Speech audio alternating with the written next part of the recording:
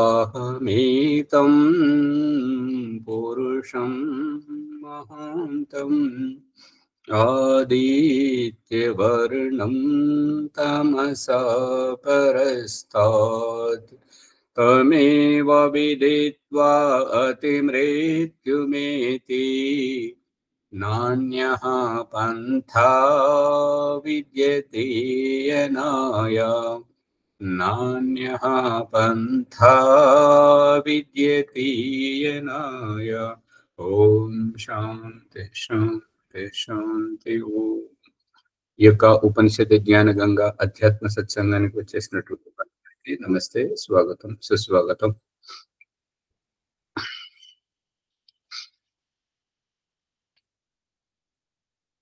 శ్యామలయ్య గారు అడగండి. ఓం హరికి నమస్తే. హరిభ్యో నమః. నసుగుడు విషయము అనేది మంచిది కాదు అని ఆచార్యుల వారు చెప్తున్నారు. అది వాస్తవమే, సత్యమే. కానీ అనేది లోకానికి నాకు అర్థమైంది, సత్యం అనేది నాకు అర్థమైంది, ఇంకా కొంతమందికి అర్థమైతలేదు. కాబట్టి అక్కడ నసగవలసి వస్తుంది. అర్థం కానులకు అర్థం చేపించేటప్పుడు ఆచార్యకి మనకు సంబంధం కలపాలి. ఒక బంగారాన్ని కాల్చినప్పుడు దానికి అది అతకాలంటే వెలిగడం కావాలి. అట్లా అతకటేందుకు ప్రయత్నం చేస్తున్నామే తప్ప ఎవరినో మోసం చేసి లేకుంటే నసిగి ఎవరికో ఇబ్బంది చేయాలనేది మాత్రం మా ఉద్దేశం కాదని ఓం చెప్తున్నా. ఇక్కడ మోసం చెయ్యడం అనేటువంటిది ఒక దృష్టికోణం.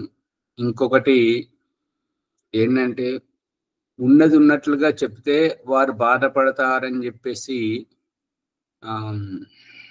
వారి పెద్దవారు, గురువులు మరియు ఎమ్మెల్యే, ఎంపీ కావచ్చు, లేదంటే అల్లుడు కావచ్చు, లేదంటే ఎవరైనా వారు మనసు నొచ్చుకుంటే మనకు నష్టం వస్తుంది అన్న చోట ఈ నసుగుడు అనేటువంటిది ఉంటుంటది.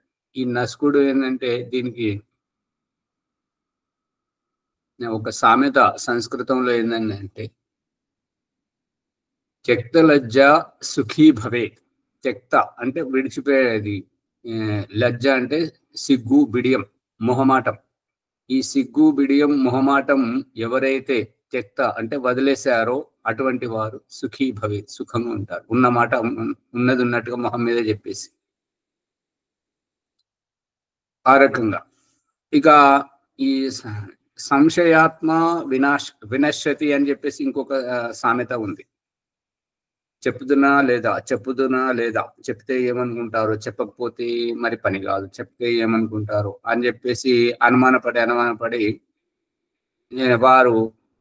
వారి ఉద్దేశాన్ని నెరవేర్చుకోకుండా నశిస్తారు, వారికి నష్టం చేకూర్చుకుంటారని చెప్పేసి. ఇంకొక దృష్టాంతం భగవంతుడు చూపిస్తుంది ఏంటంటే, ఆకలి కోసం ఎలుక బయటకు వచ్చింది. ఆ ఎలుకను తినడానికి పాము తన ఆహారం కోసం పాము వచ్చింది, రెడీగా ఉన్నది అక్కడ. ఆ పాము, ఆ ఎలుకను ఈ పాము నోటితో పట్టుకోగానే ఆ వాసన ద్వారా పాముకు తెలిసింది ఏంటంటే ఇది సుందెలుక. ఇప్పుడు ఏం చేయాలి? ఊమిస్తే కళ్ళు పోతాయి, తింటే చచ్చిపోతుంది. ఏం చేయాలి అనుకుంటూనే ఇక ఊపిరాడక చచ్చిపోతుంది. ఆ రకంగా దీనితోటి సంశయాత్మ వినశ్యతి అని చెప్పడం జరిగింది, సామెత పుట్టుకొచ్చింది. అందుకని నసుగుడు తోటి మన వ్యక్తిత్వం అనేటువంటిది, ఇతను ఏంటంటే చెప్పాలనుకుంటే సరిగా చెప్పడు, నసుగుతాడు, నానబెడతాడు. నానబెట్టేవారు, నసిగే వారి దగ్గర చాలా జాగ్రత్తగా ఉండాలి. ఎందుకు అనంటే వారు ఏం చెప్పాలనుకుంటున్నా మనకు తెలియదు. ఇక ఎదుటివారు ఏది ఊహించుకుంటే అది నా అభిప్రాయం అది కాదు అంటారు. ఇలా అంటే అలా అంటారు, అలా అంటే ఇలా అంటారు. అందు గురించి అక్కడ ఇబ్బంది అవుతుంటది. మంచి మంచి పనులు చెడిపోతాయి. ఇక జరగాల్సినటువంటిది సకాలంలో జరగదు. దాంతో ఎక్కువ నసిగేవారు, నానబెట్టేవారే ఇబ్బంది పడతారు. ఇక్కడ ఓం ప్రకాష్ చెప్తున్నటువంటిది ఏంటంటే భగవంతుడు మనకు వాక్ స్వాతంత్రం ఇచ్చాడు, దానిని సద్వినియోగపరచుకోవాలి. ఇది ఏమంటారు, నిజమో నిష్ఠూరకమో సూటిగా చెప్తే అటు వారు సుఖంగా ఉంటారు, ఇటు మనం సుఖంగా ఉంటాం, ఎవరికి ఏ ఇబ్బంది ఉండదు అనేటువంటిది. పిల్లలకు నేర్పించేటప్పుడు ఈ నసుగుడు వస్తే వాళ్ళకు పదే పదే అదే విషయం చెప్పించాలి. ఎందుకు నసుగుతున్నారు, దాని వెనుక వారి ఉద్దేశం ఏంటి. ఇప్పుడు ఈ పుష్పమ్మ గారు ఉన్నారు, ఓం ప్రకాష్ ఫోన్ చేయాలి వారు ఏదో విషయం మీద అని చెప్తే ఓం ప్రకాష్ అని చెప్పేసి ఎవరో అమ్మాయి ఫోటో అది వారు క్యూఆర్ కోడ్ ను స్కానింగ్ చేసి మన అకౌంట్ వారు కబ్జా చేసుకొని వారి అమ్మాయి ఫోటో పెట్టి మనల్ని ఆట పట్టించడానికి ఏదో చేస్తున్నారు. ఆ అమ్మాయి గంట పడింది, పుష్పమ్మ గారి గంట. చెప్దామని అనుకున్నది, చెప్పలేదు. మళ్ళీ తర్వాత రెండవ రోజు ఇట్లా జరిగిందమ్మా, అందుకే ఇట్లా అంటే నేను అదే చెప్తామనుకొని ఫోన్ చేశాను ఆచార్య గారు అన్న. ఏం ఉపయోగం దానివల్ల? ఇప్పుడు శ్యామలయ్య గారు ఉన్నారు, పరిస్థితిని అంతవరకు చెప్పడం జరిగింది. మరి ఇంతవరకు మరి ఏమైంది, దాని గురించి చర్య ఏం జరిగింది, మరి ఏం చేస్తున్నారు అని చెప్పేసి ఇంతవరకు దాని గురించి ఏం తెలుసుకోలేదు. మరి వారి తరఫున ఏమీ ప్రతిక్రియ వ్యక్తం చేయలేదు. ఇంకా వారు మురళి గారు, శ్రీనివాస్ గారు వారైనా కొద్దిగా చేశారు. అగో బాలరాజు గారు పొద్దున్నే వస్తాను, మనం వెళ్దాం, పోలీస్ స్టేషన్కి వెళ్దామని చెప్పేసి చెప్పారు. ఆ పొద్దున పోయింది, 10 గంటలు పోయింది, 12 గంటలు పోయింది, 2 గంటలకు ఫోన్ చేసి అంటున్నాడు. ఇప్పుడు ఎంత అయిందండి సమయం అంటే 12 అయింది. గడియారం చూసుకున్నావు 2 అయిపోయింది సార్. అగో అట్లా అంటే ఇదేంటంటే నిర్లక్ష్యం. ఈ నసుగుడు వెనక మరి పెద్దవారికి వారి తప్పులను చెప్తే వారు బాధపడతారు కాబట్టి అనేటువంటి దాని వెనుక ఈ నసుగుడు నానబెట్టుడు వల్ల జరగాల్సినటువంటి అనర్థం అంతా జరిగిపోతుంది. అందుకని సూటిగా చెప్తే వారు కొద్దిగా బాధపడతారేమో, కానీ చెప్పకపోతే జరగాల్సినటువంటి అనర్థం అంతా జరిగిపోతుంది. దానివల్ల ప్రమాదమే ప్రమాదం. అది పిల్లలకు మనం సవరించకపోతే వాళ్ళకి ఎప్పుడెప్పుడు ఇటువంటి సంఘటన గుర్తొచ్చినప్పుడల్లా మనల్ని తిట్టుకుంటారు. అర్థమవుతుందా శ్యామలయ్య గారు? ఆచార్య మొన్న కార్యక్రమం చేసినప్పుడు వాళ్ళు ఏమంటారు, శ్రీనివాసారి వాళ్ళందరూ మాంతేశ్వర స్వామి కాడికి పోయి దర్శనం చేసుకొని ఆడికెళ్ళి స్టార్ట్ చేయాలంటే మీరేమంటున్నారు, ఆడ టెంకాయ ఎందుకు కొట్టాలి, అవన్నీ ఎందుకు చేయాలంటారు. మేమిద్దరం కలిసిపోయి ఏదో రకంగా చేసి ఆమెను కూడా తోలుకొచ్చి టెంకాయ కొట్టినేమో పోతున్నాం. ఆడికి ఏమంటున్నారు, వాళ్ళందరూ ట్రాక్టర్లనే కూర్చున్నారు, దేవుని దర్శనం చేసుకుంటలేరు అంటున్నారు. అయితే మనకేం తెలుసు, దేవుని దర్శనం కాదు, వాళ్ళ దర్శనమే లేదు, మనం పోవాలని మనకు తెలుసు, వాళ్ళేమో అట్లా అంటున్నారు. కాబట్టి నేను కొంత ఆడ మీతో నసికినట్లు మాట్లాడి దాన్ని ఏదో కార్యక్రమం కొనసాగించడం జరిగింది. అట్లాంటివి కొన్ని జరుగుతుంటాయి ఆచార్య. సరే, ఇప్పుడు దేవుడి దర్శనం చేసుకోలేదు, వాళ్ళు ట్రాక్టర్ దిగలేదు అనేటువంటిది వాళ్ళు ఎక్కడ ఏ స్థితిలో ఉన్నారో వారి మానసిక స్థితి ఎంతో అది మనం ఊహించుకోవాలి. అది చర్చ విషయం కాదు. ఎందుకంటే ఒకరి గురించి వ్యక్తిగతమైన చర్చలు చేయాల్సిన అవసరం లేదు. ఇక్కడ ఏంటంటే బలహీనతను తీసేయాలి, బలహీనతను దూరం చేస్తే అందరూ ప్రతిభావంతులు ఉంటారు, తెలివిమంతులు అవుతారు అనేటువంటి విషయమే ఇక్కడ చర్చ జరుగుతుంది. కాబట్టి సమాధిని ఇది మన భారతీయ సంస్కృతిలో వేదాది సత్య శాస్త్రాలలో బ్రాహ్మణ ఆరణ్యక ఏ శాస్త్రములలో రామాయణ మహాభారతంలో భగవద్గీతలో ఎక్కడ సమాధి గురించి ఎక్కడ ఏ ఒక్క శబ్దం లేదు, ఉల్లేఖం లేదు. ఇది గోరీలు, ఇది ఇది క్రిస్టియన్ల నుంచి వచ్చినటువంటి సంస్కృతి, ఈ అరబీయులు ముస్లింల నుంచి వచ్చినటువంటి సంస్కృతి ఈ గోరి. వాళ్ళు ఉర్దూలో గోరి అంటుంటారు దానిని. ఈ భారతీయులు వాళ్ళ బానిసత్వంలో ఉన్నారు కాబట్టి సమాధి అన్న శబ్దానికి ఏంటంటే జై చింతాయం అనే ఉపసర్గపూర్వకు జై చింతాయం అనే ధాతువుతోటి సమాధి శబ్దం సిద్ధిస్తుంటది. అది సజీవంగా కూర్చుండి చింతన మనన సాక్షాత్కారం చేసుకునేటువంటి స్థితి. దేహము యొక్క ఉనికియే మనకు తెలియదు, మనమే కూర్చున్నాం సమాధిలో, మన ఉనికి మనకే తెలియదు. అటువంటి స్థితిలో జరిగేటువంటి ఆంతరిక ఆధ్యాత్మిక చింతనమును సమాధి అంటారు. ఇక్కడ చచ్చిపోయిన పీనుగును దాన్ని బట్టి వాళ్ళు అరబులు వాళ్ళు ఈ గోరీలు ఎందుకు కడతారంటే మన దగ్గర వర్షం పడితే నీరు నీరు కారుతుంది పైనుంచి, నీటి చినుకులు పడుతుంటాయి. కానీ వారి దగ్గర వర్షం తక్కువ, ఈ ఎడారి ఉంటుంటది కాబట్టి ఆ ఎడారి యొక్క అభిప్రాయం ఏంటంటే ఇసుక తుఫాన్లు వస్తుంటాయి. ఇసుక తుఫాన్లు వస్తుంటే ఏంటంటే నిన్న గీసినటువంటి గీత నిన్న వేసినటువంటి గట్టు అవన్నీ రాత్రి ఇసుక తుఫాను పడితే అది ఎక్కడుందో తెలియదు. కాబట్టి అది కొద్దిగా మరి మన తల్లి తండ్రి వాళ్ళ పట్ల కృతజ్ఞత భావంగా వారికి మనం ఏదో శ్రద్ధాభక్తిగా చేయాలి. కాబట్టి మరి అది మనకు రేపటి వరకు కనబడాలి, ఇంకో 2-3 రోజులు, ఒక వారం రోజులు, నెల రోజులు కనబడాలి అని అంటే దాన్ని కొద్దిగా గద్దెలాగా కట్టడం వారికి అది గుర్తుపట్టుకోవడానికి వాళ్ళు కట్టేటువంటిది. అక్కడ వీళ్ళు అమెరికా వాళ్ళ దాంట్లో ఇక్కడ ఏం జరుగుతుంది అంటే ఈ మంచు తుఫానులు వస్తుంటే మంచులో కట్టుకుపోతుంటది. అది మన తల్లిని మన తండ్రిని మనం ఎక్కడ అంత్యక్రియలు చేసామో అది అనమాట. అందు గురించి వారు గోరి కడతారు, క్రిస్టియన్లు కడతారు, ముస్లింలు కడతారు. ఈ విదేశీ మతాలు భారతీయ దేశంలోకి రావడం వల్ల ఈ 800 సంవత్సరాలు ఈ భారతీయులు బానిసలుగా ఉన్నారు. కాబట్టి వారి సంస్కృతిని మన మీద రుద్దడం వల్ల ఈ సమాధి శబ్దం అనేటువంటి చచ్చిపోయిన పీనుగలకు కట్టినటువంటిది. ఇప్పుడు ఈ నుండి 10 మందిలకు పంచలేదు, 10 మాట పాడి అయి దరజల్లు ఒక్కడాడు మాట ఎచ్చబోడు. మన సంఖ్య ఎక్కువైనప్పుడు మన సత్యం తెలుస్తుంది. అయితే ఆ సత్యం తెలవాలంటే మరి కలిసిపోవాలి కదా, కొంత అవినాభావ సంబంధాలు ఏర్పరచుకోవాలి లోకంతో. లేకుంటే ఇక తాడందక బావి ఊడ్చినట్లు మనమే ఊడ్చుకోవాల్సి వస్తుంది. తాడందనప్పుడు బావి ఊడవాల్సి వస్తుంది. మెల్లగా ఆతురత పడకండి, ఆవేశపడకండి, మెల్లగా.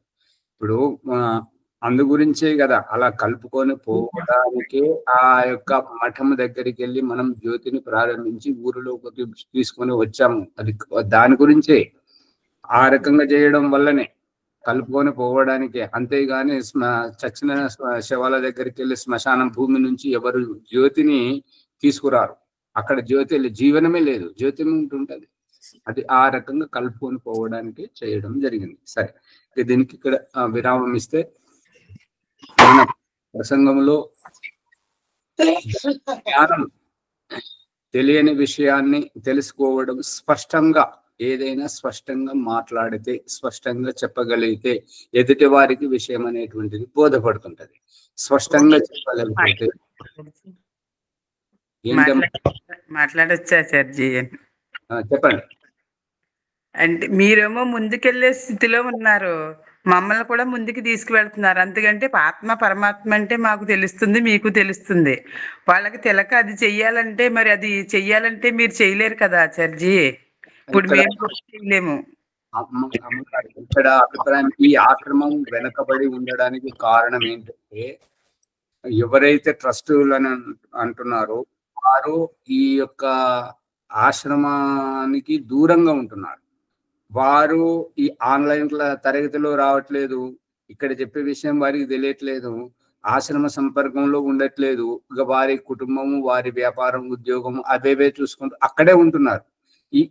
ఈ విషయాలు వినట్లేనప్పుడు వారిలో మార్పు ఎలా వస్తుంటుంటది? ఎవరైతే వింటుంటారో, ఎవరైతే విద్వాంసుని యొక్క సంపర్కంలో ఉంటుంటారో, ఇటువంటి కార్యక్రమాలు ఎక్కడ జరిగినా దానికి అవకాశం ఇచ్చి వెళ్తుంటారో వారికి ఈ రహస్యం తెలుస్తుంటది. కానీ నా దగ్గర నేనే ఉంటాను, నువ్వు నా దగ్గరికి రావద్దు, నేను నీ దగ్గరికి రాను అని అన్నప్పుడు ఎట్లుంటది? ఎడమొహం పెడమొహం లాగానే ఉంటుంటది. దానికి అది పతన దిశగానే వెళ్తుంది, కానీ పునరుత్థాన దశకు రాదు. గుర్తుపెట్టు. అందుకని ఇప్పుడు మీరు ఎందుకు వస్తున్నారు? ఇంత పొద్దున లేచి మీ ఇంటిలో 10 మిమ్మల్ని అనట్లేదా? ఎందుకు లేచి వస్తున్నారు? స్నానం చేసి ఎందుకు కూర్చుంటున్నారు అంటే కొద్దిగా జ్ఞానం అని తెలవాలి. ఆ తాపత్రయం ఉంది కాబట్టి తెలుసుకున్న వాళ్ళు గ్రహించడానికి రావాలి. అదే రాకపోతే తెలియదు కదా చర్జీ. ఇంకోటి, ఇవాళ మనం చెప్పకపోయినా ఇదైతే దాగేది కాదు కదండి. సత్యం ఎప్పుడు నిర్భయంగానే ఉంటుంది. అది మొదట కావచ్చు, కానీ ఎప్పుడైనా చెప్పాలి మన అభిప్రాయం. పరిస్థితి ఏంటంటే వారికి తల తిరిగే విధంగా ఈ రహస్యం బోధపడే నాటికి జీవితం ఉండదు, శరీరం సహకరించదు. దానివల్ల ఉపయోగం ఏంటి? అదేనండి, కొంత గ్రహించిన వాళ్ళైనా దాని గురించి ఆలోచన చేయకపోతే అసలు విషయమే బయటికి రాదు కదా. ఒకళ్ళు ఎప్పుడోకప్పుడు సాగదీయకుండా పక్కకు పెడితే. విజయదుర్గమ్మ గారు చెప్పండి. చెయ్యి పొరపాటు. సరే, స్పష్టత ఉంటే ముందుకు పోతుంటాం అనేటువంటిది స్పష్టంగా మన భాష అనేటువంటిది అభివ్యక్త పరిస్థితి. ఇప్పుడు చూడండి, నసుగుడుతోటి సమయం ఎంత వ్యతీతం అవుతుంది, సూటిగా చెప్తే ఎంత సమయం అవుతుంది అంతే. కాలక్షేపము మనోరంజనం. నసుగుడుతోటి ఏంటంటే ఒక్క మాటలో అయిపోయేది 4-5 మాటలు చెప్పాల్సి వస్తుంటది. ఒకటి సామెత ఏంటంటే ఇప్పుడు ట్రస్ట్ విషయం కాకపోయినా కూడా దీనికి సంబంధించిన వాళ్ళు ఒకరికొకరు కలిస్తే అదే బలం అవుతుంది కదండి. ఇక అది వదిలేండి అమ్మగారు. ఎందుకంటే ఇప్పుడు ఇది ఏంటంటే నానబెట్టడం సరైనటువంటిది కాదు, దానివల్ల అనర్థాలే జరుగుతుంటాయి. కాబట్టి సూటిగా చెప్తే అభిప్రాయం స్పష్టమవుతుంటది, అందరూ సుఖంగా ఉంటుంటారు. ఈ విషయమే మళ్ళీ చెప్పరాదు అనుకున్నాం కానీ వచ్చేసింది కాబట్టి చెప్తున్నాము. నర్సరెడ్డికి వాళ్ళందరికీ చెప్పిన, శ్రీనివాస్ సార్ కూడా చెప్పిన, నాకు కూడా కొంత అంత ఓపిక లేకుండా అవుతుంది. నేను వీళ్ళ మధ్యలో వాళ్ళ మధ్య నలిగిపోతున్నా కాబట్టి నేను కూడా ఆశ్రమానికి దూరంగానే ఉండాలని, క్లాస్కి ఒక్కటే రావాలి, దూరంగా ఉండాలని ఆ నర్సరెడ్డికి కానీ శ్రీనివాస్ సార్ గారికి చెప్పిన. ఇట్లా నాకు ఇబ్బంది అవుతుంది, వీళ్ళ మధ్యలో వాళ్ళ మధ్యలో చెప్పి అర్థం చేసుకుంటే బాగుంటది. అర్థం చేసుకున్నప్పుడు ఇబ్బంది అవుతుంది ఆచార్య. సరే సరే, మంచిది.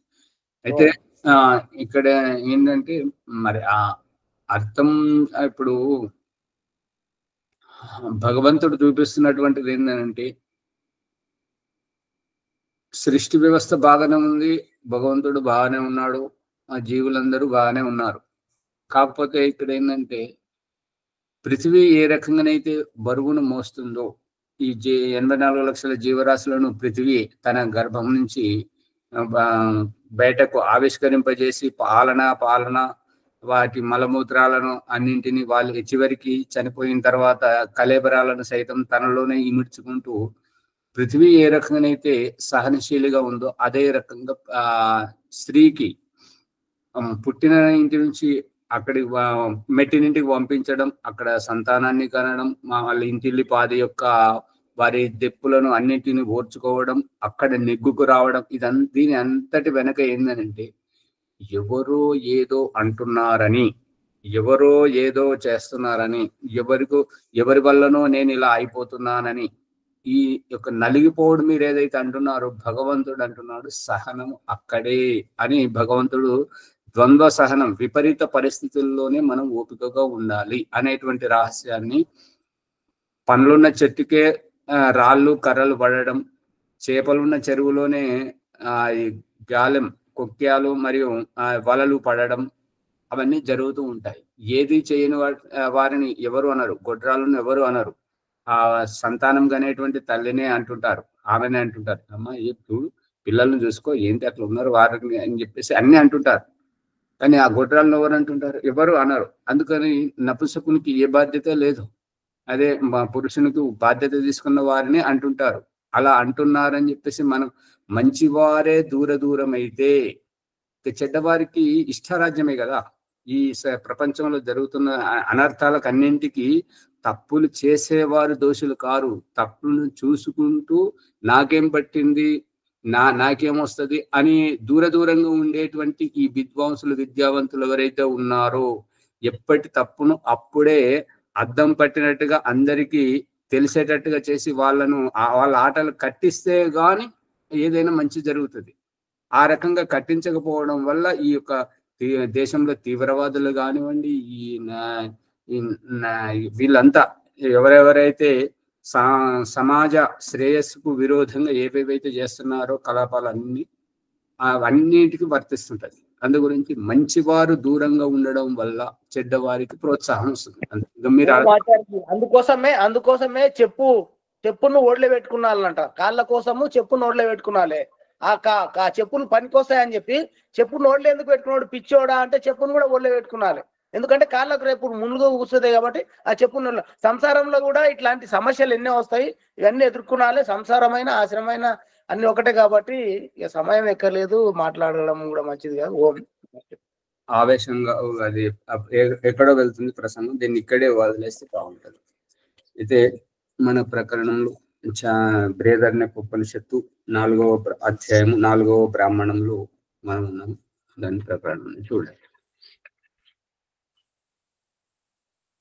సా యత్ర అయం ఆత్మ అబల్యం న్యేత్య సమ్మోహమివ న్యేతి అథ ఏనం ఏతే ప్రాణ అభిసమాయంతి. సా ఏతాః తేజో మాత్రాః సమభ్యదధాను హృదయం ఏవాన్ అవక్రామతి. సా యత్రేష చాక్షుషః పురుషః పరాంగ్ పర్యావర్తతే అథ అరూపజ్ఞో భవతి. ఇక్కడ రూపము అరూపం, సాకారం నుంచి నిరాకారం ఏమిటి అనేటువంటి విషయాన్ని, పునర్జన్మ గురించి జీవాత్మను అభివ్యక్తపరుస్తున్నటువంటి రహస్యాన్ని విప్పుతున్నాడు. ఆ యొక్క జీవాత్మ ఏ సమయంలోనైతే ఈ యొక్క ఆత్మ దేహంను ధరిస్తూ ఉంటుంటుందో, ఎప్పుడైతే దేహాన్ని వదిలిపెడుతూ ఉంటుంటుందో, అటువంటి సందర్భంలో అబల్యం అంటే బలహీనత, నిర్బలత, దుర్బలత్వము, శక్తిహీనత్వము, సామర్థ్యహీనత అనేటువంటిది. స్వర్గంలో ఉన్నప్పుడు మంచి సామర్థ్యవంతంగా ఉంది. ఇక ఎప్పుడెప్పుడైతే ఆ యొక్క స్వర్గ సుఖానందం క్షీణిస్తూ పోతుంటుంటుందో, ఇక ఇక్కడ ఉంటే ఏం ప్రయోజనం, ఇంకేదైనా చెయ్యాలి అనేటువంటి తాపత్రయంతో ఆ సుఖము పట్ల ఆ సన్నగిల్లి, మళ్ళీ ఈ బంధనం పట్ల, ఈ యొక్క దేహధారణ పట్ల, పునర్జన్మ పట్ల తల్లి తండ్రి ఆత్మీయులు బంధువులు మిత్రులు ఈ వైపు ఉత్సుకత పెరగడం వల్ల స్వర్గంను విడిచిపెట్టి మళ్ళీ బంధనంలోకి రావడం జరుగుతుంది. ఈ బంధనంలోకి వచ్చిన తర్వాత ఇక్కడ ఏ జన్మకు ఆ జన్మలో వచ్చేటువంటి సమస్యలను అన్నింటినీ ఎప్పటికప్పుడు చూసిన తర్వాత ఇక్కడ ఈ దుఃఖం ఉంది, ఇక్కడ వద్దు, ఇక మనం ముక్తికి వెళ్ళాలి, భగవంతుని దర్శించుకోవాలి, అక్కడే స్వర్గంలో ఉండాలి అనేటువంటి మళ్ళీ అక్కడికి వెళ్ళడానికి తాపత్రయం.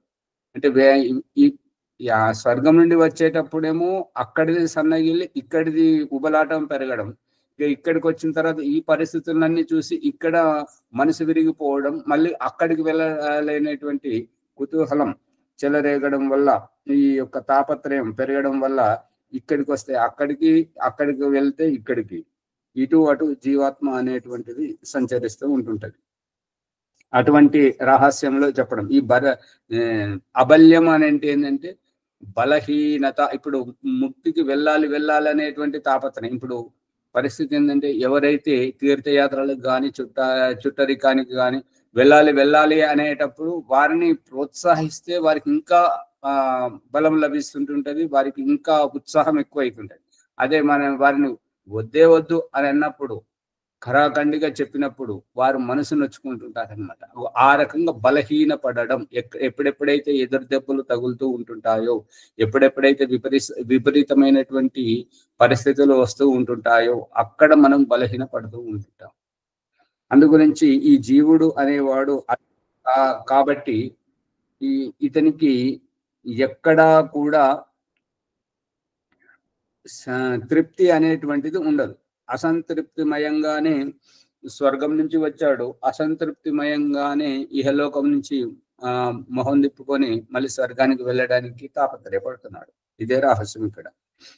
ఈ మొహం తిప్పుకోవడం,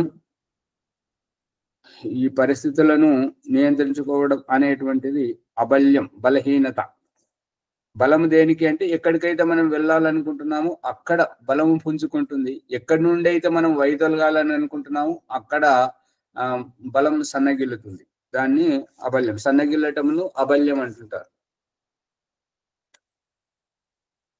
నిర్బలత. నీ ఏతి నిశ్చితంగా అక్కడికి చేరుకోవడం, గమ్యాన్ని చేరుకోవడం అంటే తను అనుకున్నది సాధించడం.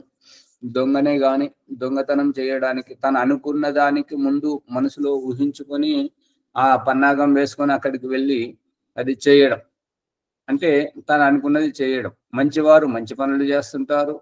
ఇక ఏమంటారంటే ఈ యొక్క భర్తృహరి తను ఏమంటాడంటే, మంచివారు ఉత్తముల యొక్క లక్షణాలు ఏంటంటే తాను అనుకున్నది సాధించడానికి పని చేసేటప్పుడు ఎన్నైనా విఘ్నాలు వస్తాయి, విఘ్నాలకు భయపడరు అనేటువంటిది. ఇప్పుడు ఆశ్రమం యజ్ఞశాలలో మొన్న చతుర్వేద పారాయణ యజ్ఞంకి వచ్చినటువంటి వారు చూసుంటారు. యజ్ఞశాలలో పెట్టినటువంటి దాని రహస్యం ఏంటంటే, ఈ యొక్క విరజానందుని దగ్గర దయానందుడు చదువుకుంటున్నప్పుడు మహాభాష్య పతంజలి గారు చెప్పినటువంటి నీతిని దాంట్లో చెప్పడం జరిగింది. ఏంటి అంటే, బావి తవ్వే వారికి బావి తవ్వుతున్నప్పుడు ఆ మట్టి అంతా ఒళ్ళంతా పడుతుంటది, ముఖమంతా మట్టి మట్టి అవుతుంటది, అదంతా అవుతుంటది. ఎప్పుడైతే బావిలో నీళ్లు పడుతుంటాయో ఆ నీళ్లతోటి శుభ్రమైన తర్వాత మళ్ళీ స్వచ్ఛంగా తేజస్వంతంగా ఉండడం జరుగుతుంటది. మనం ఒక మంచి పనిని చేసినప్పుడు ఈ నిందలు, ఆరోపణలు, ప్రత్యారోపణలు అన్నీ వస్తూ ఉంటాయి. వచ్చినంత మాత్రాన మనమేదో అయిపోతున్నాం అనేటువంటిది కాదు. మన ఉద్దేశం నెరవేరిన తర్వాత ఎవరెవరైతే ఇప్పుడు మనల్ని ఆరోప ప్రత్యారోపణలు చేస్తున్నారో, నిందిస్తున్నారో వాళ్ళే వచ్చి మనల్ని గొప్పగా పొగుడతారు. అప్పటి వరకు సహనము, ఓర్పు అనేటువంటిది అవసరం అనేటువంటి సందేశం దాంట్లో ఉంది.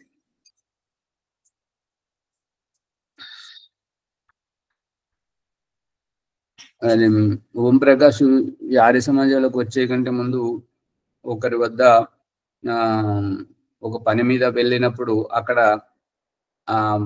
వారి కూతురు ఏంటంటే ప్రతిదానికి ఇక అంత ప్రేమగా చూసుకున్నారు కాబట్టి పెళ్లి చేసినా కూడా ఆ భర్త మీద ఆమె ఆధిపత్యమే ఉండి ఆమె ఎట్లా అంటే ఆ భర్త అలా మసులుకుంటాడనమాట.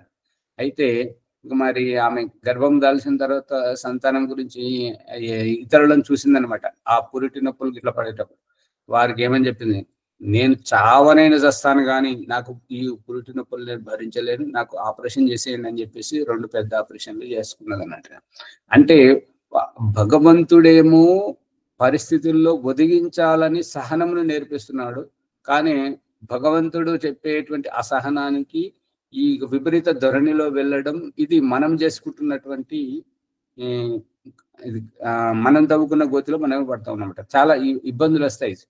పరిస్థితి గురించి మనం ఓర్చుకోలేనటువంటి స్థితి. తల్లిదండ్రుల దగ్గర ఎవరు ఓర్చుకోలేరు. అక్కడ అంత మనకు సాంత్వన ఇస్తుంటారు, మనల్ని ప్రోత్సహిస్తుంటారు. మనం ఏది చేసినా చూసి చూడనట్టుగా వదిలేస్తారు.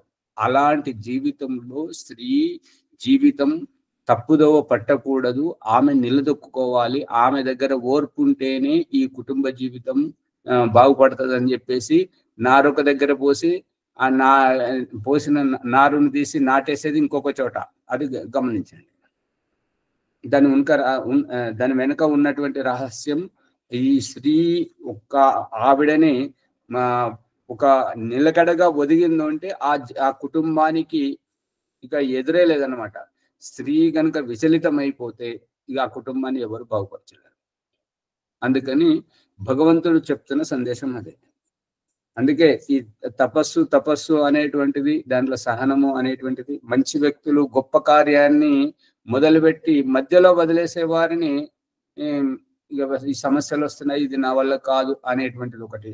ఇక ఉత్తములైన అనేటువంటి వారు ఎన్ని సమస్యలు వచ్చినా కూడా వాళ్ళ లక్ష్యాన్ని వాళ్ళు వదలరు అనమాట. అదే ఇక్కడ చెప్తున్నటువంటిది.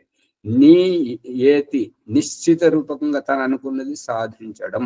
అదే అసమ్మోహం, ఇక వెనుదిరగడం ఉండదు అని చెప్పేసి ఈ పెళ్లి అనేటువంటి నాటకం, ఈ పెళ్లి అనేటువంటి నాటకం ద్వారా ఏంటంటే అందరి ముందు ఆ వైపు వారు పరిచయం లేనటువంటి అపరిచితులు, పరిచయం ఉన్నటువంటి ఆత్మీయులు, వీళ్ళిద్దరి ముంగట వాళ్ళ వివాహం చేసి అమ్మాయిని గడప దాటించడం. దీని వెనుక ఉన్నటువంటి రహస్యం ఏంటంటే సమస్యలు ఎన్నున్నా నువ్వు వెనుదిరిగి రాకూడదు, నీ జీవితంలో వచ్చేటువంటి దీనికి నువ్వు ఓడిపోకూడదు అనేటువంటి రహస్యమే ఈ వివాహ బంధం. అసమ్మోహం ఇవ మూర్ఛ వంటి, అంటే ఇది సమ్మోహం ఏంటంటే మూర్ఛ అంటే ఈ సొమ్మసిల్లినటువంటి స్థితి, తెలియనటువంటిది. ఇప్పుడు నిద్రలోనే కొంత తెలియదు, ఇంకా మూర్ఛలో ఇంకా అంతకంటే తెలియదు అనమాట. అసమ్మోహం అంటే సమ్మోహం కానటువంటిది. అంటే స్ఫూర్తిదాయకంగా ఈ యొక్క ఆత్మ అనేటువంటిది ఈ దేహం నుంచి పునర్జన్మకు వెళ్ళడానికి అసమ్మోహ స్థితి అంటే సమ్మోహ స్థితి, మూర్ఛ స్థితిలో అంటే ఇప్పుడు ఇది రహస్యాన్ని ఎలా చూపిస్తున్నానంటే, తల్లి పని చేసుకుంటూ ఉన్నప్పుడు పిల్లలు ఆ తల్లి చుట్టే ఆడుకుంటూ ఉంటారు. ఇక ఏ రకంగా చీకటి పడుతుంటుందో ఇక అక్కడ పడుకోబెట్టేసి, అంటే తను గమనిస్తూ ఉండాలి. నిద్రలో ఇటు అటు దొల్లినా మళ్ళీ, లేదంటే నిద్రలో వేసి ఏదైనా ప్రమాదాన్ని చేకూర్చుకుంటే మళ్ళీ ఇబ్బంది పడతాడని చెప్పేసి తన దగ్గరే వంటగదిలోనే ఒక పక్కకు ఆ సోఫాలో పడుకోబెడుతుంటది. మళ్ళీ రాత్రి పని అంతా చేసుకొని అందరూ ఇల్లు సర్దుకొని వెళ్ళేటప్పుడు ఆ పిల్లవాడిని తీసుకెళ్తూ ఉంటుంటది అనమాట. అంటే నిద్రలోనే తీసుకెళ్తూ ఉంటుంటది. ఇక్కడ చెప్పాల్సినటువంటి రహస్యం ఏంటంటే, పిల్లవాడిని పడుకోబెట్టేటప్పుడు, నిద్రపుచ్చేటప్పుడేమో వంటింట్లో లేదా సోఫా మీద పడుకోబెడుతుంది. కానీ పిల్లవాడు నిద్ర లేచి చూసేసరికి ఏంటంటే పడక గదిలో మంచం మీద ఉంటుంటాడు. ఇది ఆశ్చర్యం అనమాట. ఇది పునర్జన్మ కోసం వెళ్ళేటువంటి ఆత్మ యొక్క స్థితి. పునర్జన్మ కోసం వెళ్ళేటువంటి స్థితి ఏంటంటే, ఈ శరీరంతో ఈ శారీరక బాధలు, ఈ అవస్థలన్నీ పడలేక ఏదైతే కొట్టుమిట్టాడుతూ ఉన్నటువంటి స్థితి ఏదైతే ఉందో, మళ్ళీ ఈ పునర్జన్మతోటి పంచమహాభూతాలు అన్నపానీయముల ద్వారా పురుషుని శరీరం, గర్భాధానం ద్వారా స్త్రీ యొక్క గర్భాశయం నుండి శిశువుగా జన్మించేటువంటి స్థితి ఏంటంటే, ఇక్కడ పడుకున్నటువంటి నిద్ర అక్కడ. అందుకే అక్కడ పుట్టేటువంటి శిశువును ఒక ధ్యాన స్థితిలో కూర్చున్నట్టుగా, కళ్ళు మూసుకొని పిడికిలు బిగబట్టినట్టుగా, అటువంటి స్థితి నుంచి నెమ్మదిగా నిద్ర తేలిపోయిన తర్వాత మెల్లమెల్లగా లేవడం, కళ్ళు తెరవడం, అటువంటిది చేయడం జరుగుతుంది. అంటే ఇది మూర్ఛ మాదిరే కానీ మూర్ఛ కాదు. మూర్ఛ అంటే ఏమీ తెలియనటువంటి స్థితి. ఇప్పుడు నిద్రపోయినటువంటి శిశువును ఈ సోఫా మీదకి వెళ్ళి వంట గదిలో, పడక గదిలో మంచం మీదకి తీసుకెళ్ళినట్టుగా, అదే ఆ పిల్లలకి ఏమీ తెలియదు. మీ ఇంట్లో చేస్తారా అలాగే లేదా? చేస్తారు ఆచార్య. నియతి ఇక ఈ రకంగా ఆ మూర్ఛ స్థితిలో ఉన్నట్లుగానే మూర్ఛ అంటే ఏంటిది, నిద్ర అంటే ఏంటిది? మూర్ఛకు నిద్రకు తేడా ఏంటి? మూర్ఛ అంటే పూర్తి స్పృహ తప్పిపోవడం. మరి నిద్ర అంటే కొంత స్పృహతోనే ఉండి కొంత మనం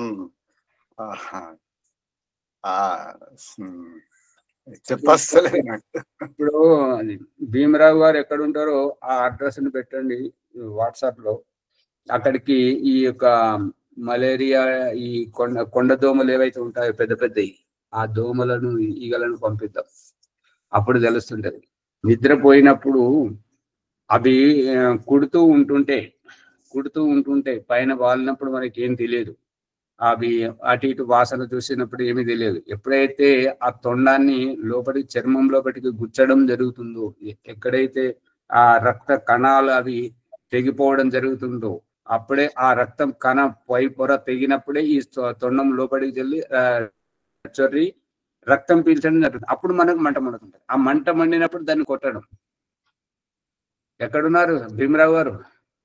అదే నిద్ర స్థితిలో ఆచార్య. అదే ఇప్పుడు వారికి నిద్ర ఏంటి, మూర్ఛ ఏంటి అని చెప్తున్నారు కదా. అంటే నిద్ర అంటే కొద్దిగా మెలకువగా ఉంటుంటది, జాగ్రత్త అవస్థ అన్న చెప్పడానికి ప్రయత్నం చేస్తున్నారు కదా. అందుకే ఇదంతా చెప్పడం జరుగుతుంది. అవునా? మరి చెప్పండి. మూర్ఛ స్థితిలో ఏమాత్రం ఏది శరీరంలో ఏది జరుగుతున్నది ఏది తెలియదు. ఆ రహస్యాన్ని ఇప్పుడు మత్తు మంది చేసి ఆపరేషన్లు చేయడం, పంటి నొప్పికి పన్ను చికిత్స చేయడానికి వారు మత్తు మంది ఇస్తే వాళ్ళు అన్ని చేస్తున్నారు, మనం అన్ని చూస్తున్నాం. కానీ మనకి ఏది తెలియదు. ఏమీ తెలియనటువంటి స్థితిని ఈ యొక్క మూర్ఛ అంటుంటారు అనమాట. ఇప్పుడు నిద్రలో కుదిపితే లేస్తారు, కానీ మూర్ఛలో కుదిపితే లేవరు. అర్థమవుతుందా? మూర్చపోయిన వారిని దోమలు ఎంత కుట్టినా, దోమలు ఒక రకంగా కుట్టవు, కుట్టినా వారు లేవరు. మూర్ఛలో కత్తితో కాటు పెట్టినా వాళ్ళకి తెలియదు. అదే స్థితి. అవును. మూర్ఛ అంటే ఇప్పుడు అది క్లోరోఫార్మ్ ఎక్కించే స్థితి ఆచార్యజీ. ఇది కృత్రిమ మూర్ఛ అంటే క్లోరోఫామ్ ఇచ్చింది ఏంటంటే, ఏ ప్రదేశంలోనైతే వారి ఉదాహరణకు పంటి నొప్పి వచ్చింది అనుకోండి, ఈ దవడకు మత్తిస్తే ఈ దవడ మాత్రమే మనకు స్పర్శ తెలియదు, మిగతా మనం చూస్తుంటాం, మాట్లాడుతుంటాం, అన్ని చేస్తుంటాం, వినడం చూడడం అన్ని జరుగుతూ ఉంటుంటాయి. ఈ మూర్ఛ అంటే ఏది జరగదు, వినడం జరగదు, చూడడం జరగదు, మాట్లాడడం జరగదు, ఏది జరగదు అన్నట్టుగా. నిద్రలో కొంతవరకు గాఢ నిద్రతత్వము ఉన్నంత వరకు ఏది వినపడదు. ఇక బయట ఒత్తిడి ఎక్కువ అవుతున్నప్పుడు, అల్లరి ఎక్కువ అవుతున్నప్పుడు, ఇప్పుడు మనం పడుకున్నప్పుడు కుక్కలు అరవడం కానీ, బయట ఎవరైనా పిలవడం కానీ, లేదంటే వంటింట్లో కుక్కలు బిజిలీ ఎక్కువ శబ్దం చేయడం వల్ల కానీ అప్పుడు తెలుస్తుంటది, సామాన్య స్థితిలో తెలియదు.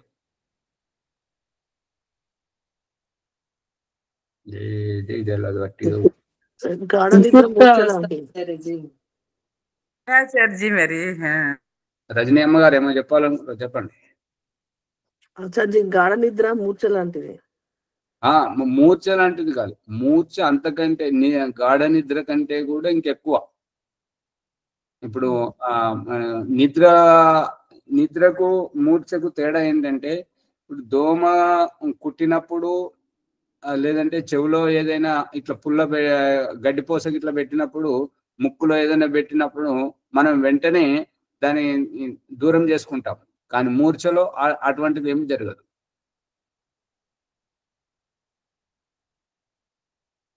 విజయదుర్గమ్మ గారు అర్థం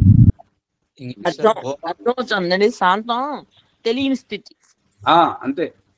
కోమాలోకి వెళ్ళిండ్రంట ఆచార్య, అదే కదా అదే కోమా అనేటువంటిది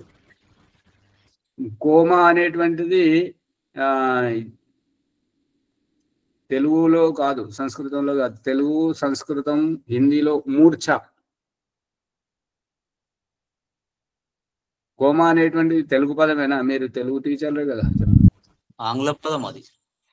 మరి ఈ యొక్క మూర్ఛ స్థితిలో దేహం నుంచి దేహాంతరానికి వెళ్ళడం జరుగుతుంది. అందుకే తెలియని స్థితి ఆచార్యజీ. ప్రళయం ఇప్పుడు పరిస్థితి ఏంటంటే, పాత ఇల్లును కూలగొట్టుకొని కొత్త ఇల్లు కట్టుకొని ఇంట్లో ప్రవేశం చేసేటప్పుడు ఆ ఇల్లును పాత ఇల్లును కూలగొట్టే ముందు ఇల్లును ఎట్లయితే ఖాళీ చేస్తుంటామో, మరియు కొత్త ఇంట్లో ఎట్లయితే ప్రవేశిస్తుంటామో, అది జాగ్రత్త అవస్థలో జరిగేటువంటిది మనకు తెలుస్తూ ఉంటుంటది. కానీ ఇక్కడ దేవుడు చూపిస్తున్నటువంటిది ఏంటంటే మూర్ఛ స్థితిలో. అందుకే ఈ యొక్క దేహం నుంచి వైదొలిగించి, దేహాన్ని శూన్యం చేసి, దేహం నుంచే దేహిని బయటకు నడిపించి, మళ్ళీ పునర్జన్మతోటి అక్కడ ఇక్కడ ఈ చావులో మృతదేహం నుంచి ఈ యొక్క మరణాసన్న శరీరం నుంచి ఆత్మయే ముందుకు పోతుంది. మళ్ళీ అక్కడ పునర్జన్మలో గర్భాధానంతో ఆత్మయే ముందు వస్తుంది. ఆత్మ ముందు వచ్చిన తర్వాత గూడు తర్వాత ఏర్పాటు చేసుకోవడం, గూడు అంటే స్త్రీ పురుష దేహాన్ని పిండంగా ఎదగడం అనేటువంటిది తర్వాత జరుగుతుంది. అర్థమవుతుందా? ఇక్కడ చావులో ఏం జరుగుతుందంటే, ఇక్కడ యాత్ర చేయాలనుకున్నప్పుడు యాత్ర ముగించుకునేటువంటి యాత్రికుడు వాహనం నుండి దిగిపోవడం అంటే చావులో ఈ యొక్క దేహం నుండి దేహి బయటకు వెళ్ళిపోవడం, చనిపోవడం అంటే ఆత్మ ముందుకు పోవడం. అక్కడ పునర్జన్మలో పంచమహాభూతాలు అన్నపానీయముల ద్వారా జీవాత్మ పురుషుని శరీరంలోకి రావడం, గర్భాధానంలో పురుషుని శరీరం నుండి జీవకణము అనేటువంటిది స్త్రీ యొక్క గర్భాశయానికి వెళ్ళడం, ఆత్మ ముందుగా రావడం, తర్వాత ఈ యొక్క దేహధారణ చేసుకోవడం, శిశువుగా పుట్టడం. కనిపిస్తుందా?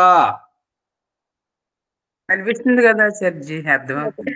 పరాలన్నీ బంద్ చేసుకొని నిద్రపోతున్నట్టున్నారు. మరి నేనేం చేయాలి చెప్పండి? కనిపిస్తుంది. అందుకని ఈ చచ్చిపోయేటప్పుడు, ఈ పుట్టేటప్పుడు ఇది రహస్యాన్ని పట్టుకుంటే ఇంకా లోతుగా అర్థమవుతుంది. అందుకని ఈ దేహాన్ని విడిచిపెడుతున్నప్పుడు జీవాత్మ యొక్క స్థితి నిశ్చింత స్థితి. ఏది ముక్తిలోకి వెళ్ళేటప్పుడేమో నిశ్చింత స్థితి, ఇక అనిశ్చిత స్థితి, అసంతృప్తి అనేటువంటిది భోగములను అనుభవించాలి అని అనుకున్నప్పుడు, ఇంకా పునర్జన్మ అది ఇంకా సుఖ దుఃఖాలను అనుభవించాలి అని అనుకున్నప్పుడు ఆతృతగా ఈ దేహాన్ని విడిచిపెట్టడానికి ఇష్టపడదు. మరియు ఆ దేహంతో సంబంధికులు వాళ్ళు ఏడుస్తూ ఉంటుంటారు.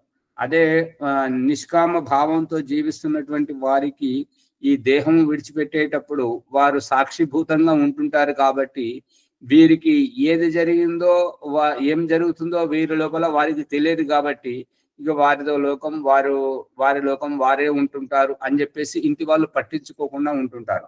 ఆ పరిస్థితి ఎలా ఉంటుంటది అని అంటే, ఈ ఆత్మ సాధన చేసుకునేటువంటి వారు ఇంట్లో ఉన్నా, ఎంత మందిలో ఉన్నా కూడా, ఇప్పుడు ఒక్కొక్కసారి ఏంటంటే ఆపద్ధర్మ పరిస్థితిలో ఉన్నప్పుడు అందరూ చుట్టుముడుతుంటారు. కానీ ఒక్కొక్కసారి రక్తహీనత వల్ల ఛాతి మీద దయ్యం కూర్చున్నట్టుగా, మనకు మెసలనివ్వకుండా ఉన్నట్టుగా, ఊపిరాడనట్టుగా ఆ పరిస్థితి అందరికి తెలుస్తుందా, వారికి ఒక్కరికే తెలుస్తుందా?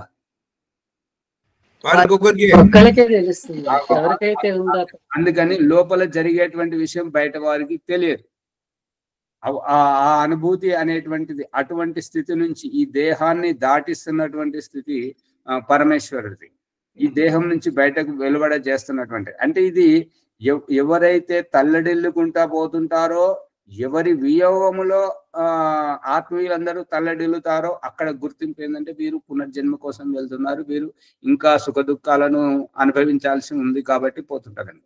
ఇక ఎవరైతే నిష్కామ భావంతో ఉండి సాక్షిభూతంగా ఉంటుంటారో, ఇప్పుడు ఒక్కొక్కసారి అది వినడం జరుగుతుంటది ఏంటంటే, రాత్రి మంచిగా పడుకున్నారు, అన్ని విషయాలు మాట్లాడి పొద్దున స్నానం చేశారు, ఇన్ని పువ్వులు ఏమని చెప్పారు, ఆయనతో అట్లాగే పడుకున్నారు, నిద్రలోకి పోయారు. అది ఆ పోయిన వారికి దుఃఖం లేదు, వారి పట్ల ఎందుకు మంచిగా పూజకు పోయినట్టుగా పోయారు అని చెప్పేసి వీరికి కూడా సంతోషం గొప్పగా చెప్పుకుంటారు. ఇటువంటి సంఘటనలు విన్నారా? జరుగుతూనే ఉంటాయి ఆచార్య. అదేంటి అదే దానికి కారణం ఏంటంటే, ఎవరైతే వారు బాధపడకుండా ఇతరులను బాధ పెట్టకుండా వెళ్తారో వారి యొక్క కర్మాశయం పరిపక్వమైంది అనేటువంటిది అభిప్రాయం.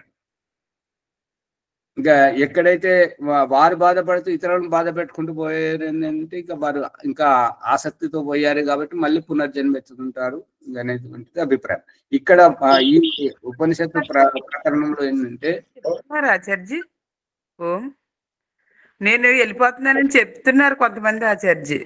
అవును, చెప్పొచ్చు. అది ఇది ఏంటంటే, అనాహత చక్రంలోకి వచ్చినటువంటి వారికి అవన్నీ జరుగుతుంటాయి. వాళ్ళు సాధన చేస్తూ అనాహత చక్రంలోకి వచ్చినటువంటి వారికే సహృదయత భావం, ఈ ఆశ్రమ వ్యవస్థ, ఈ యొక్క ఇతరులను చేరదీయడం, వారికి కావలసినటువంటి జ్ఞానోదయాన్ని కల్పించడం, ఇదంతా అనాహత చక్రంలోకి వచ్చినటువంటి వారికి ఇవే చేస్తుంటారు, వారికి తెలుస్తుంటారు అనమాట. మణిపూరం అనాహత చక్రంలోకి వచ్చినటువంటి వారికే ఎదుటి వారి మనసులో ఉండేటువంటిది, జరిగేటువంటి పరిస్థితులన్నీ తెలుస్తుంటాయి. అది సంగతి. ఇప్పుడు ఏంటంటే, ఇవన్నీ వ్యావహారికంగా నేర్పించాలి, చెప్పాలని ఉంది. కానీ మరి నేను ఈ నలిగిపోతున్నాను, మరి శ్యామలయ్య గారిని బాధపడుతున్నారు, మరి వారి పేరు తీసుకోకుండా. ఏంటంటే, ఎవరైతే ఇటువంటి వాటిని తట్టుకోగలుగుతుంటారో అటువంటి వారికి ఈ రహస్యాలన్నీ భగవంతుడు చెప్పేటువంటిది ఏంటంటే, ఇల్లు విడిచిపెట్ట చేయడం, మరియు ఈ ఒంటరిగా ఆశ్రమాలలో, గుఫాలలో, హిమాలయాల్లో వెళ్ళి వాళ్ళు తపస్సు చేయడం, అటువంటి వారికి ఈ రహస్యాలను బోధపరచడం, ఇటువంటి వాటి వెనుక మనం ఆలోచించాల్సింది. ఎందుకంటే జీవితం మనది, మన ఇష్టం. కాబట్టి ఒకరి బలవంతం మీద కావాలని మనం ఏది సాధించలేం. అది అర్థమవుతుందా బాలరాజు గారు? నెమ్మది వెనక నుండి అది ఎందుకని ఇది ఇప్పుడు శ్యామలయ్య గారి అభిప్రాయం మేరకు ఏంటంటే వాళ్ళు రారు, ఇక్కడ ఉన్న వాళ్ళు మనల్ని రానివ్వరు. అలాంటప్పుడు ఈ ఆశ్రమాన్ని విడిచిపెట్టడమే శ్రేయస్కరం. ఎందుకంటే ఏదైనా చేయాలంటే స్వేచ్ఛ ఇవ్వరు, మళ్ళీ వాళ్ళు వచ్చి సహకరించరు. అటువంటి అప్పుడు ఇది ఏంటిది అంటే ఇక అది వినాశకాల విపరీత బుద్ధి. అందరికీ అట్లాగే ఉన్నప్పుడు దీన్ని ఎంత తొందరగా వదిలేస్తే అంత తొందరగా మనం ఇంకొక దగ్గర ఏమైనా చేసుకోగలుగుతాం. అంతేనా అమ్మగారు, స్వచ్ఛలమ్మ గారు? అవునాచార్జీ. మరి దానికి ఇంకా ఏం చేస్తాం? కాకపోతే ఒకటి వదిలిపెట్టాలి అంటే నువ్వు చేయడానికి వీల్లేదు, నేను నిన్ను నీ చేత చేయించాను, నేను చేయను, నాకైతే చేయడమే రాదు, నువ్వు చేయొద్దు, నీకు స్వేచ్ఛని ఇవ్వను అంటే ఏమన్నట్టు? కానీ భగవంతుడు ఉన్నాడు. దాన్ని తెలుగులో ఏమంటారు, తిట్టపోరా ఉండకూడదు కానంట. తిట్టా అని చెప్తున్నాడు, కానీ మీదికెళ్ళి ఏమంటే ఉండకూడదు అంటుండు. అలాగే నువ్వు చేయకు, నేను చెయ్య, నువ్వు చేయడానికి స్వేచ్ఛని ఇయ్య. సమాజంలో చాలా మంది గుర్తించలేదు అనేటటువంటిది కూడా అక్కడ నిరూపించితేనే అమ్మగారు ఏదైనా చేసి నిరూపించాలి అంటే అదే ఒకరికి నాకైనా వదిలేయాలి, అయితే నీవైనా దగ్గర చేయాలి, అదే దగ్గర నుండి చేయించాలి. ఇక అది కాదు ఇది వద్దు అని అంటే ఇక అది దానికి ఎవరేం చేస్తారు? ఇప్పుడు గట్టెక్కే అవకాశం ఎవరికి ఉందో వాళ్ళే కొంచెం ఓర్పుగా, కానీ ఓర్పు కావాలి, కానీ ఇక భగవంతు సహాయం కావాలి. అటువంటి అప్పుడు ప్రయత్నం చేయటం మాత్రమే, మనం సాగదీయద్దు దాన్ని. భగవంతుడే ఇవన్నీ జరిగేది కూడా మన మంచి కోసమే ఆచార్య. అందరికి నాకేం బాధ లేదు, మీరు చెప్పేది తప్పేం లేదు, కరెక్టే ఉంది. కాకపోతే కొంత ఓపిక అయితే అందరికి అవసరం. సత్యం చెప్పారు. యథార్థాన్ని గ్రహించండి, అడుగులు ముందుకేయండి, అంతే. ఓకే, ధన్యవాదములు ఆచార్య ఓంప్రకాష్ గారికి. 4వ అధ్యాయము 4వ బ్రాహ్మణంలో మనం ఉన్నాము. 4వ బ్రాహ్మణంలో ఉన్నటువంటి రహస్యం ఏంటంటే, జీవితం లోపల ఆత్మ ఎలా ముందుకెళ్తుంది, పునర్జన్మను ఎలా పుచ్చుకుంటుంది, తర్వాత మోక్షానికి వెళ్ళే వారి స్థితి ఏ విధంగా ఉంటుంది, పునర్జన్మకి వెళ్ళే వారి స్థితి ఏ విధంగా ఉంటుంది అనేటువంటి ఈ విషయం చాలా లోతుగా అర్థం చేపిస్తున్నాడు. తర్వాత ఈ ఏమంటారు, మత్తు ఇచ్చినప్పుడు పరిస్థితి ఎట్లుంటుంది, నిద్రపోయినప్పుడు పరిస్థితి ఎట్లుంటుంది అని కొన్ని విషయాల గురించి చక్కగా వివరించారు. వారికి ధన్యవాదములు. అనంతరం వైదిక సంధ్యోపాసన ఎవరమ్మా పుష్పమ్మ గారు ఈరోజు? లైక్ చేసి షేర్ చేయండి, సబ్స్క్రైబ్ చేసుకోండి. ఓం నమస్తే ఆచార్య, సర్వేభ్యో నమో నమః. ఈరోజు బాలరాజు గారు వైదిక సంధ్య. అమ్మ భాగ్యలక్ష్మి గారు లేరు కదా? బాలరాజు గారు. బాలరాజు గారా? బాలరాజు గారు మీ అవకాశాన్ని వినియోగించుకొని చక్కగా ఇక్కడ ఉన్నప్పుడే చదవద్దు. ఈ కార్యక్రమం అయిన తర్వాత మళ్ళీ 1-2-3 సార్లు మనము పునరావృతం ఇంటి దగ్గర చేసుకుంటే ఆ విషయం ఇంకా గట్టి అవుతుంది. పరమాత్మని సమీపానికి వెళ్తాం, అది తెలుసుకోండి. ఓం బాలరాజు గారు వైద్య సందర్భం చేయించాలని ప్రార్థిస్తున్నాను. తర్వాత ఈ ఎపిసోడ్ లైక్ చేయండి, షేర్ చేయండి, సబ్స్క్రైబ్ చేయండి, పక్కన ఉన్న గంట సింబల్ నొక్కండి. 1-2 సార్లు విని సత్యాన్ని గ్రహించండి. ఓం శుభం. మీరేమో ఇలా చెప్తున్నారు, వారేమో దేవుడా నువ్వు దొరికి ఉంటే దెబ్బలెన్నో తిందుకుంటారు.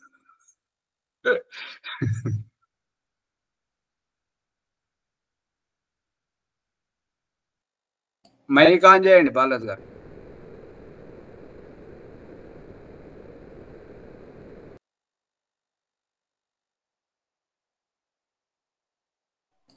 మైక్ బంద్ ఉంది. బాలరాజన మైక్ బంద్ ఉంది. ఓం అమృతోపస్త్ర నమసి స్వాహ. ఓం అమృత పితా నమసి స్వాహ. ఓం సత్యం యశశ్రీర్మయి శ్రీ శ్వేతాం స్వాహ. ఓం శన్నో దేవీరభిష్టయ ఆపో భవంతు పీతయే శ్రేయోరభిస్రవంతు నః. ఇంద్రియ స్పర్శ మంత్రము.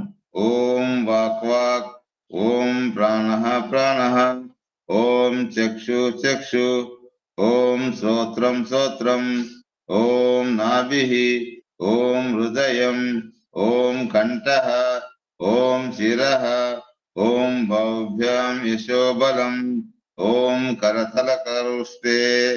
మర్చన మంత్రములు. ఓం భూ పునాతు శిరసి, ఓం భూ పునాతు నేత్రయో, ఓం స్వః పునాతు కంఠే, ఓం మః పునాతు హృదయే, ఓం జన పునాతు నాభ్యాం, ఓం తప పునాతు పాదయో, ఓం సత్యం పునాతు పునః శిరసి, ఓం కం బ్రహ్మ పునాతు సర్వత్ర. అత ప్రాణాయామ మంత్రం. ఓం భూః, ఓం భువః, ఓం స్వాహ, ఓం మహ, ఓం జనః, ఓం తపః, ఓం సత్యం. అగర్షణ మంత్రం. ఓం ఋతం చ సత్యం చ బిబ్ద తపసో అజాయత, తతో రాత్ర జాయత, తతః సముద్రో వర్ణవః, సముద్రావర్ణవాదది సంవత్సరో అజాయత, అహోరాత్రాని విదదాది స్పష్ట మిషతో వసి, సూర్య చంద్రమసౌ ధాత యథా పూర్వమకల్పయత్, దివం చ పృథ్వీం చ అంతరిక్షం మదో స్వాహ. ఓం శన్నో దేవీరభిష్టయ ఆపో భవంతు పీతయే, శంయోరభిస్రవంతు నః. రాచి దిగగ్నిరధిపతి రచితో రక్షితాదిత్య ఇషవః, తేభ్యో నమో దివదిభ్యో నమో రక్షితభ్యో నమో తుభ్యో నమ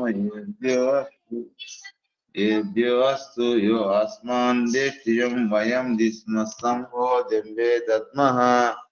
దక్షిణాదిగింద్రోధిపతి శిరక్షిరాది రక్షిత పితర ఇషవః, తేభ్యో నమో దిపదిభ్యో నమో రక్షితభ్యో నమ యశిభ్యో నమ ఏభ్యో అస్తు. యో అస్మాన్ దేష్టియం వయం దిస్మస్తం ఓ దింబే దద్మః. ప్రాచీ దిగగ్నిరధిపతి రచితో రచితాదిత్య ఇషవః, తేభ్యో నమో దిపదిభ్యో నమో రక్షితభ్యో నమ యశిభ్యో నమ ఏభ్యో అస్తు. యో అస్మాన్ దేష్టియం వయం దిస్మస్తం ఓ జంబే దద్మః. ఉదీచి దిగు సోమోధిపతి స్వజో రక్షిత శనిరిషవః, తేభ్యో నమో దిపదిభ్యో నమో రక్షితభ్యో నమ యశిభ్యో నమ ఏభ్యో అస్తు. యో అస్మాన్ దేష్టియం వయం దిస్మస్తం ఓ జంబే దద్మః. ధ్రువాదికిష్ణురధిపతి కల్మాష గ్రీవో రక్షిత విరుధ ఇషవః, తేభ్యో నమో దిపదిభ్యో నమో రక్షితభ్యో నమ యశిభ్యో నమ ఏభ్యో అస్తు. యో రక్షిత ధ్రువాదికిష్ణురధిపతి కల్మాష గ్రీవో రక్షిత విరుధ ఇషవః, తేభ్యో నమో దిపదిభ్యో నమో రక్షితభ్యో నమ యశిభ్యో నమ ఏభ్యో అస్తు. యో అస్మాన్ దేష్టియం వయం దిస్మస్తం ఓ జంబే దద్మః. ఊర్ధ్వాదిక్ బృహస్పతిరధిపతి చిత్రో రక్షిత వర్షమిషవః, తేభ్యో నమో దిపదిభ్యో నమో రక్షితభ్యో నమ యశిభ్యో నమ ఏభ్యో అస్తు. యో అస్మాన్ దేష్టియం వయం దిస్మస్తం ఓ జంబే దద్మః.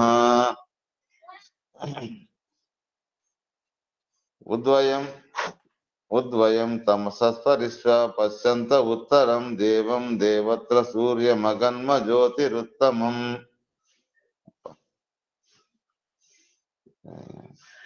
ఉదిత్యం జాతవేదసం దేవం హవంతి కేతవ, దృశే విశ్వాయ సూర్యం చిత్రం దేవానముదగాదనీకం. చతుర్మిత్రస్య వరుణస్య ఆగ్నే ఆప్రాధ్యావ పృథ్వీ అంతరిక్షం సూర్య ఆత్మా జగతశ్చ. తచ్చక్షుర్దేవ హితం పురస్తా శుక్రముచ్చరత్. పశ్యేమ శరదాశతం జీవేమ శరదాశతం శృణయామ శరదాశతం ప్రభ్రామ శరదాశతమాదీనః. శ్యామ శరదా శతం భూయచ్చ శరదాశతాత్.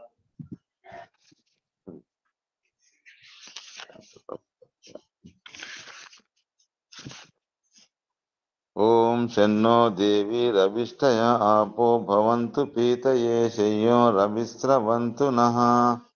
గాయత్రి మంత్రం. ఓం భూర్భువస్వః తస్సవితుర్వరేణ్యం భర్గో దేవస్య ధీమహి ధియో యో న ప్రచోదయాత్. ఓ దయానిధి అయిన పరమేశ్వర, మీ కృప వలన ఈ జపోపాసనం నుండి కర్మలను చేసిన మేము మా ధర్మ అర్థ కామ మోక్షమ సిద్ధి సత్వమే ప్రార్థించు గాక. ఓం నమ శంభవాయ చ మయోభవాయ చ నమ శంకరాయ చ మయస్కరాయ చ నమ శివాయ చ శివతరాయ చ. ఓం స్వామి, కొంచెం మిస్టేక్ అయింది స్వామి అప్పుడు. బాలరాజు గారికి ధన్యవాదాలు. అత శాంతి పాఠం. ఓం దేవ శాంతి అంతరిక్షం శాంతి పృథివీ శాంతి ఆపః శాంతి ఓషధయః శాంతి వనస్పతయః శాంతి విశ్వే దేవాః శాంతి బ్రహ్మ శాంతి సర్వం శాంతి శాంతిరేవ శాంతి సామా శాంతిరేధి. ఓం శాంతి శాంతి శాంతి. ఓం నమస్తే ఆచార్య. సర్వేభ్యో నమో నమః. అందరు ఈ వీడియోని లైక్ చేసి షేర్ చేయండి, సబ్స్క్రైబ్ చేసుకోండి. ఏదైనా సందేహాలు ఉంటే కామెంట్ రూపంలో పెట్టండి. సరే.